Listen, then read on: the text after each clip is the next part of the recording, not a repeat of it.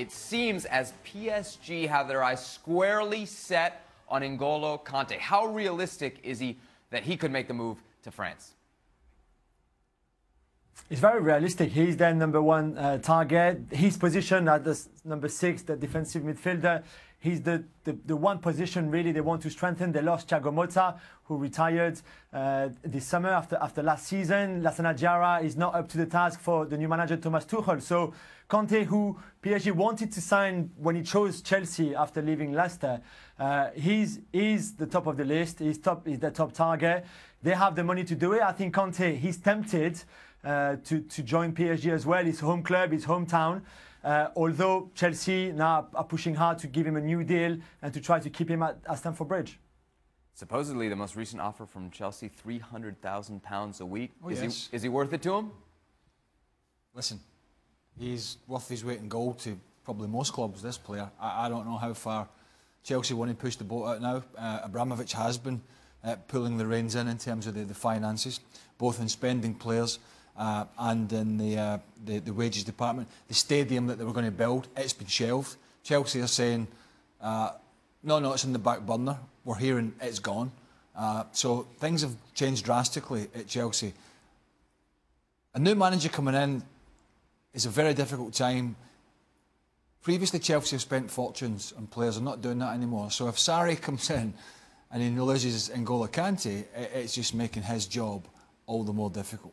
It's absolute madness if they sell, as Craig says, possibly the best number 6 in world football, by a long way.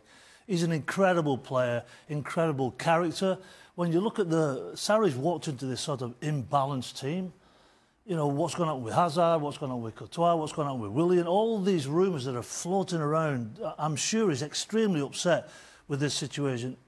No wonder they've offered him 300 grand a week to stay, because he's absolutely gold for this team. If Chelsea are honestly going to make a top 4 push, is this a guy they can afford to let go? No, they can't. No. I mean, he's worth every single penny for me. He's not one player, he's 2. I mean, look at the ground he covers. Look at the way he reads a game. And also, it would be sending out entirely the wrong message at a time of great uncertainty surrounding Chelsea, as Craig alluded to, if they allowed him to go. They can't. Barcelona and Manchester City have basically been going back and forth, according to the odds makers. Real Madrid, Bayern, PSG, all there at 13-2. Juventus, 6th best odds at 7-1. So they've added Bonucci, they've added Ronaldo, they've been to 2 of the last 4 Champions League finals.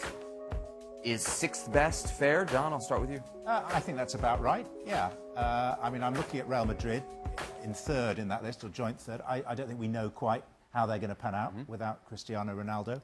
PSG, I'm surprised, are ahead of Juventus, because Juventus are course and distance specialists, as you mentioned, at getting to the latter stages, the business end of the Champions League. I think this is good for Juve. I mean, I think for Bonucci to come back and to reform that back 3 with Barzali and Chiellini is excellent news, because that's a hand fitting very smoothly inside an existing glove. And I think Higuain was going to be, if not neutered, then at least compromised by the presence of Cristiano Ronaldo. So I can see the merit in him leaving as well. So I think this is a day of decent business. I'm just surprised it's AC Milan Higuain has gone to. With all respect, you know, Milan have been way off the pace in recent years. This is a guy who, whether you love him or hate him, maybe looks a little bit unfit at times, but his record of scoring goals as a finisher, an out-and-out finisher, is excellent. Now, there are some that will say, well, when it gets to the real big stages for club and country, he's missed too many chances. Everyone's missed chances, and I just think Higuain going there is a strange one. But Bonucci coming in, I think Bonucci should never have left in the first place, but I think there was an issue that arose after the Champions League final in Cardiff when allegedly there was a bit of a bust-up in the dressing room as the Juventus team fell apart in that game. But, you know, not a young defender, but as John said, somebody who knows the club, he knows the players, he knows Chiellini and Barzagli. It's a good move for them. And it's a great move for AC Milan. I just don't think it's a good move for Higuain. I think if you look at the noise that the board have made, the ownership has made, you bring a guy like Ronaldo in and you bring Bonucci back, I think that only tells you one thing, that they're having a real good go at the Champions League this year, because they've constantly won the Scudetto. I put on, I mean, I'll most certainly have a few shilling on that, 7-1. I think that's a fantastic bet. This should be higher up for me. Bonucci, Ronaldo, Jules are clearly kind of win now moves. Can this Juventus team win this year in Champions League? Yeah, I think so, and that's the objective. That's why they brought Ronaldo in. They've come short so many times in the last few years, and they haven't won it for so long as well. The Champions League, that is the main objective, especially the way they dominate Serie A. I think it would be fascinating to see how Allegri plays Ronaldo and where he plays Ronaldo. Do you play him as a number 9, as a centre forward, because Higuain is gone, or do you keep him left and you put maybe Mandzukic in the centre, but what do you do with Dybala? Or do you play the 4-2-3-1, but we know Allegri likes it with 3 in midfield, Khedira, Pjanic and Matuidi. It's going to be very interesting to see what Allegri does with and having Ronaldo in his team and how he uses Ronaldo. I think Ronaldo's days of, to be fair, Jules, I think Ronaldo's days of clambering up and down the wide positions are pretty much gone. I think we saw that at Real Madrid. Mandzukic is a player who has played on that left side successfully for Juventus on and off. I'm sure he'd want to play through the middle. We might see that happening at some point with Ronaldo playing around them, but I think we're probably going to see Ronaldo leading the line, and how he figures the team around that will remain to be seen. Do you think there's a threat that they will drop out of the top 4? I think they'll finish in the top 4. I mean, if I was looking now at the Premier League, I'd be thinking Manchester City, overwhelming favourites to win it again. I don't see Manchester United finishing second. I think Liverpool are the biggest threat to Manchester City. Maybe United in third, far from guaranteed. I'd be thinking Tottenham probably 4th, Chelsea 5th, maybe Arsenal 6th. That would be my take on it at this stage. What makes it more frustrating probably for Tottenham supporters is the fact that there's not 4 weeks left in the transfer window for purchase. There is for sale, but not for purchase, because it's August 9th. The English Premier League clubs voted for it. That is when their transfer window for buying players will finish.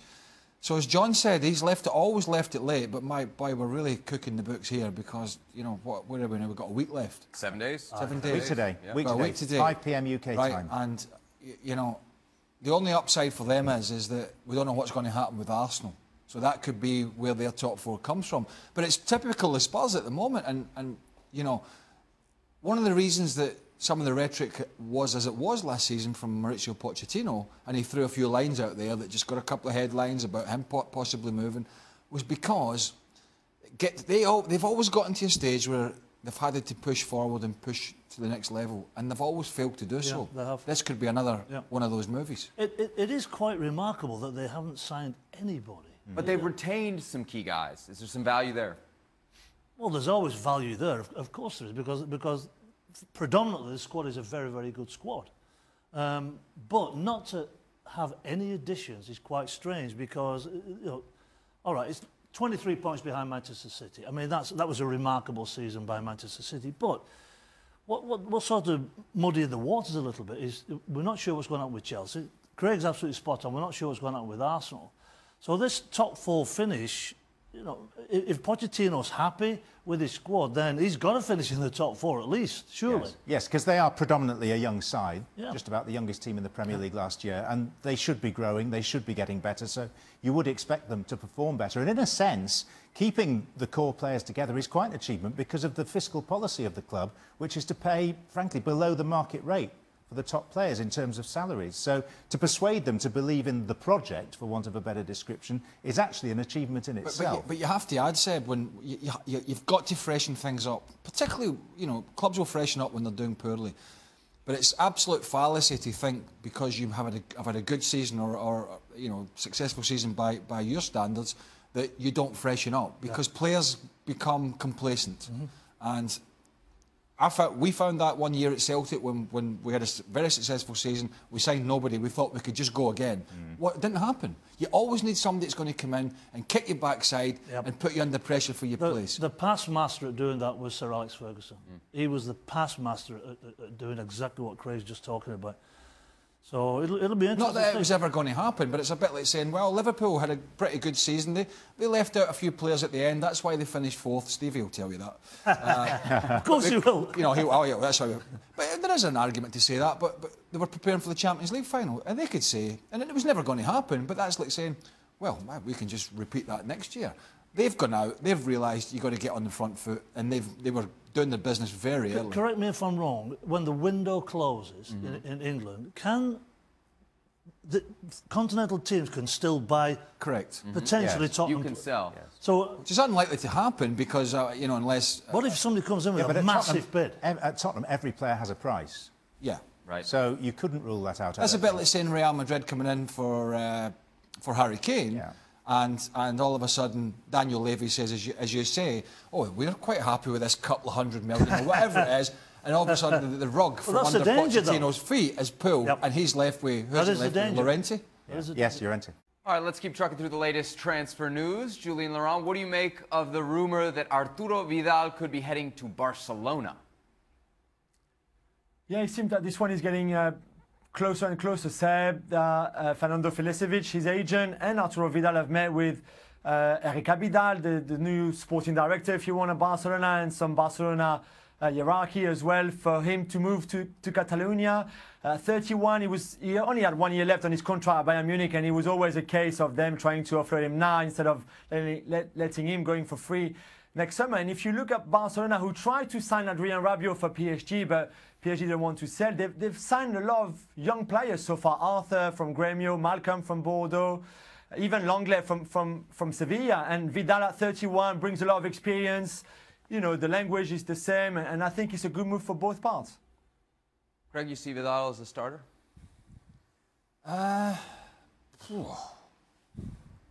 Possibly. I think it's a great signing. I think it's terrific. He gets goals. He's a box-to-box player. You may have noticed they have got a couple of players that get So he'll add to the goals. another element to the side that they're maybe looking to... That's not why they're bringing him, yeah? He's box to box, isn't he? I mean, he'll get up and down and get around. Look, obviously, no Iniesta. Xavi's been gone for a while. Busquets is not the oldest, but he's got a lot of miles in the leg, and he doesn't get about as much as he once did. Philip Coutinho in there as well. So, I mean, it could work for him. It's a great move for him if it comes off. And they're going to play if they have a successful season, they're going to play 60-odd games, 55 games, certainly. So there'll be plenty of chances to involve him and all the others and keep them all fresh. Anthony Martial, Jose Mourinho. Is Martial going to get his wish and get out of Manchester United? Surely, there's no other way. I mean, they already didn't like each other before, and now with Martial leaving the tour and leaving the US to come back home to Paris for the birth of his second child, which is very understandable, but not even letting Mourinho know when he was coming back, not giving any news to the club. This is not a way to behave, I think, and you know, if he wanted them to be sure that he wanted to get out, I think they know now for sure. Again, the thing is, a lot of clubs like him, a lot of clubs are interested. Tottenham is one of them, Bayern Munich is another one, Atletico Madrid is another one, even PSG, again, his hometown, are interested. But I think after the money United paid for him 3 years ago, sorry, they would want a lot of money for him, and I'm not sure a lot of clubs are ready to pay that kind of money for someone who, as we said many times on the show, in terms of attitude and behaviour, is not the best player for that.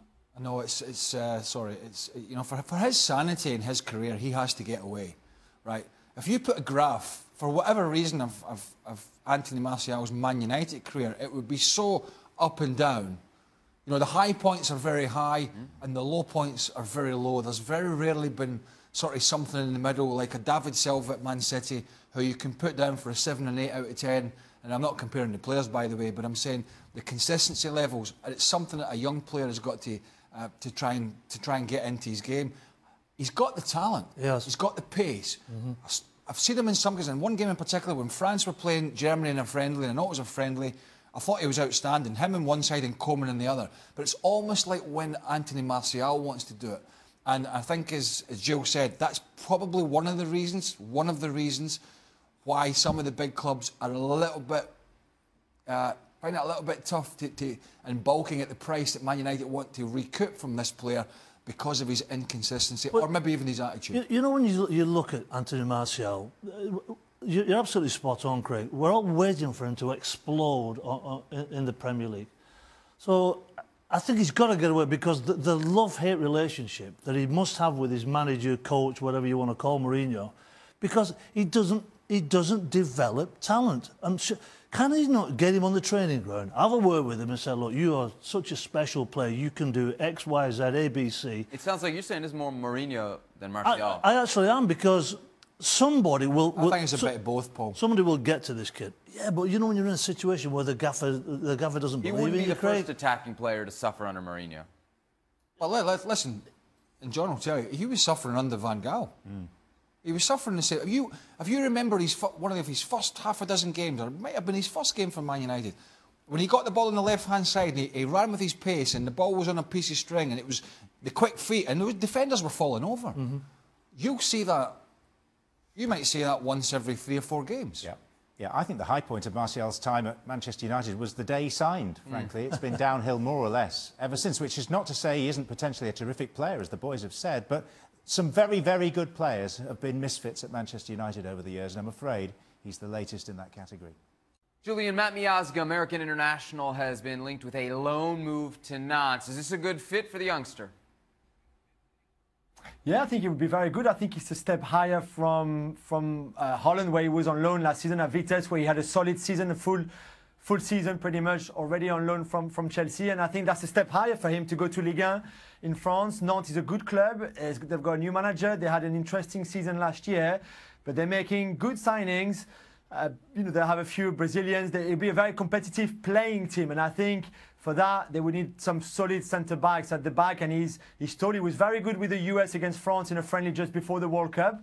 I thought he played really well in that game. I think that game really impressed the people in Nantes, and I think it's a very good signing for them if it works out for him, if he can adapt to the football there, to the language, to the style of football. But we saw it with Bedoya, for example, who used to play for Nantes, the US international as well. It seems that US players can do quite well in Nantes. He's on loan from Chelsea. Is Nantes the level that he can start at, you think? Yeah, I think it'd be very interesting to see how he cope, especially in the big games, you know, against PSG and Cavani, against Monaco, against Lyon as well, against Marseille. And I think then we'll see him a bit more tested than what he had in Eredivisie last season. And I think even in Chelsea, they wanted him on loan, but at a top, higher level than what he had in Holland. And I think for that, it's a good fit. I really believe the club is a good fit for him. It's a family club. It's not, you know, he's going to be well looked after there. Like I said, the new coach is a very interesting coach. He likes playing football. He did really good at Rio Ave last season in Portugal. So I think it'd be a very good experience for Miazga. One day he would benefit from, you know, if things go well. Thanks, Jules. Once again, Matt Miazga on a 1-year loan to Nantes. Welcome into Extra Time, your best chance to interact with the show. As always, I remind you, use the hashtag FC Extra Time. I like the questions we have today, because there's pretty much one that perfectly fits each of our guests. Ooh. Let's begin with Jules. This is from Nick. Jules, who is your favorite player on the French national team? It's tough, yeah. Oh, that's a tough one, Nick. You mean the French team that just won the World Cup, right? We get it. Comedian over there. Unbelievable.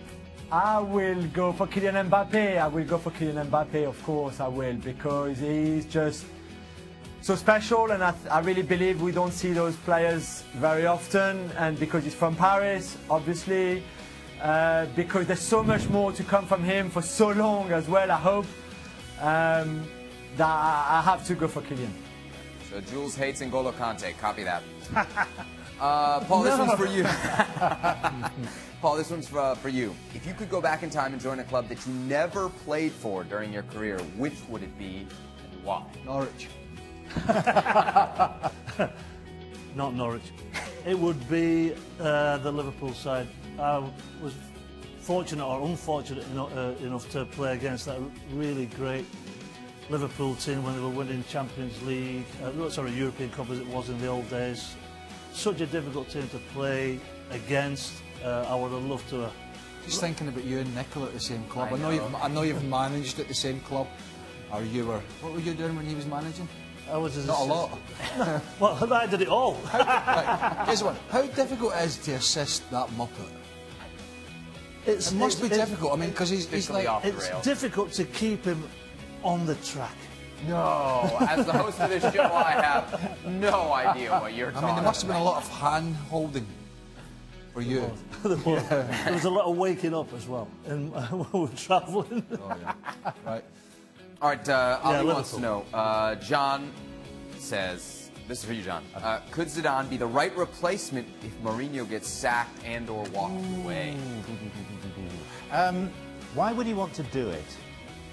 That would be my response to that. Yeah, but I don't think if you're Zinedine Zidane, Still you're a necessarily prestigious club. Yeah, but not at the moment at the same level as the one that he's. Well, achieved nobody's great- at that level, right? No, but I think you want to go somewhere. If you're Zidane, you want to go somewhere where, yes, you can make an impact, but you've got a fair chance of doing so. And I'm not sure, given the corporate structure of Manchester United at the moment, that that would be the place where you would have that level playing field, if you like, where you had a fair chance. Remember at the beginning of the segment when I said there was one question that kind of fit each of our guests? Oh, for God's sake. So what, go on, what have I got? Julian wants to know, what is the delay, excuse, and reasoning from your employer for not providing you with comfortable chairs or preferably a couch? Well, that's a good question. You hated the coach. I told you. I did hate the couch. He hated the coach. You didn't I like said to my boss, burn it. He did. What did they do to it? Do we know? Burned it. They did? It's in Nichols' house. He came in with a big van, big truck, because he heard it was free. See, Right. and if it was free, it didn't matter what colour it was. It's free, and even if it didn't fit, Right. saw it in half, get it in his lounge. Right. Free. Slam it together. I didn't like the couch. I thought it was a little bit outdated. I think the studio, I might be biased, is very nice, very Did clean. you design it? Very glassy. These chairs are a little bit uncomfortable. I don't know. The problem with these chairs is your knees. Trouble is, When- what happened was they took the wheels off them when we did a couple of shows, and I think people were Wiggling. wiggling Yep. around. So they took the wheels off them. Now, when you come to the studio, you can't get the chair. You can't get the chair under the glass. Oh, there you go. There you are. Look at the wheels. Nice So yeah, there you go. It's nice though, eh? It's Not grand. complete. This is a problem now. I've got too close. Right. And I have to go Stuck. back the way. Stuck. You'll be here all day. Yeah. They just don't want us to get complacent, I think. You know, they don't want us to get comfortable. Well, That could be an issue for HR. All right. I demand to be comfortable in my job. All right, that's all I got. John's for you. wearing my tie, by the way. You know what? I didn't get the memo that we were all wearing ties. I appreciate Oh, no, it. you're okay. Well, the shirt's not the best. But, I mean, I have to say, it's not. I mean, I'm not got the pocket handkerchief. Oh, God. You don't like it? Hey, well, No, the thing It's very festive. it and- doesn't even go. What do you mean it doesn't go? What? It doesn't even You're a go. GQ model now. You know, Absolutely, I am. I can see your button peeking out from behind that tie. Don't tell me what goes and what doesn't. My tie. That's, What's wrong with my tie? No, you're all right with that tie. I was going to not wear a tie, but that's a tie that I wore in Miami the other night at the ICC game, and somehow John is wearing it. You guys share ties Can I now. just say, this is my tie because someone couldn't be bothered to go back home and pick up a tie for the broadcast in Miami the other day. It was 20 minutes of his time. He wasn't prepared to spend that. So I was asked to provide a tie for him. He then spent the entirety of the evening moaning about the tie I'm sorry. that he was wearing. Yes, I know. Burly. Burly and moaning. Bland. He was wearing a yellow one. Yeah. Thank God. Ooh. I love that he used "can't be bothered" to describe you, because it's your favorite line. Well, we were on ESPN2, and I thought I'll get away with a nice jacket and a shirt, and then I thought, no, I've got to make an effort here. And you didn't. Well, I did. I said to John, how many ties have you got with you? John's got to make it. Right, come on, get off. Give me a tie. John. Okay. I've got this Pretty chair good, now. pretty good time today, if you look over there. That's great. All right. Wouldn't even better if you shut up. Good show. That's it for us. Make sure to catch tomorrow's show. Proper tie, guys. Nice tie. that. Probably won't I be like done it. as quickly, but you know, we'll give it a I'll have shot. that. If you don't want it, I'll have it. I'll bring a tie. Be great. You dress Nickel first. And we'll worry about everything else.